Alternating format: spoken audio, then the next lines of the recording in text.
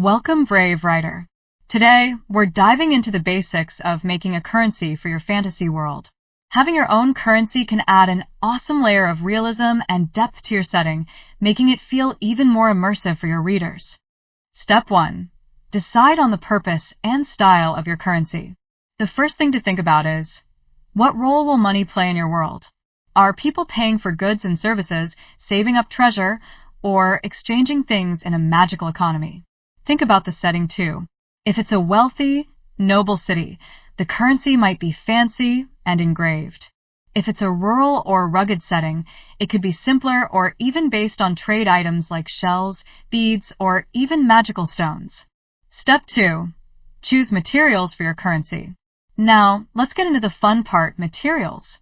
Fantasy currencies don't have to be coins or paper. They can be made of almost anything.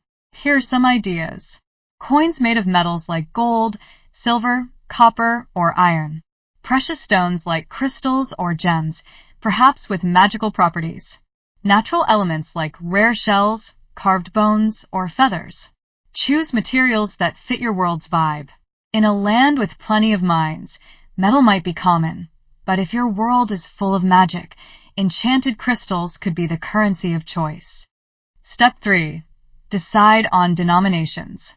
Currencies usually have different denominations or values. For instance, think of copper, silver, and gold coins in many fantasy worlds. These add a simple system that shows a clear hierarchy of value. Let's say, copper coins are for everyday, inexpensive items like bread. Silver is for bigger purchases, like a night at an inn. Gold is for luxury items or magical artifacts. You can also give each denomination a unique name. Instead of gold coins, you might call them orens or drakes to make it unique to your world.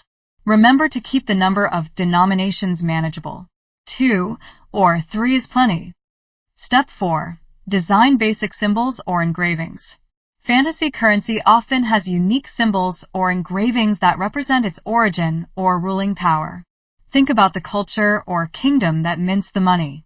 Is there a royal crest, an animal, or a magical rune that signifies where it's from?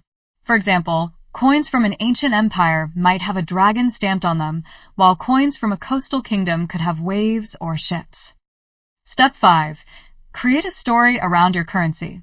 Currency often has history behind it. Maybe your kingdom's silver coins are called lira after a legendary queen who introduced them. Or perhaps the sky stones used as money in a magical realm came from a rare meteor shower centuries ago. These stories make your currency feel connected to your world's lore. A little backstory can go a long way in adding depth. Step 6. Set exchange rates or value. You don't need to make an exact exchange rate, but think about how valuable each type of currency is in everyday life. In some worlds, 1 gold coin might be worth a month's salary, while in others it is just a day's wage. For instance, decide if a copper coin buys a loaf of bread, while a silver coin could cover a full meal with drinks. This way, you have a simple guide to use as you write. Step 7. Add a touch of magic, if it fits. If you're working with a magical world, your currency might not be just ordinary coins or gems. Maybe some coins glow under moonlight, or perhaps they're enchanted to bind themselves to their rightful owner.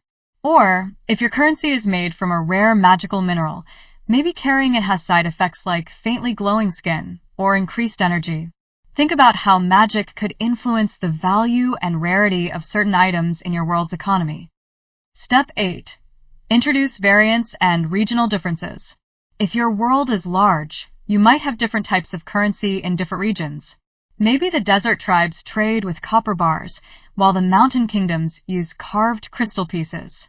These little details can make your world feel diverse and multi-layered. Just make sure not to overwhelm yourself with too many types of currency.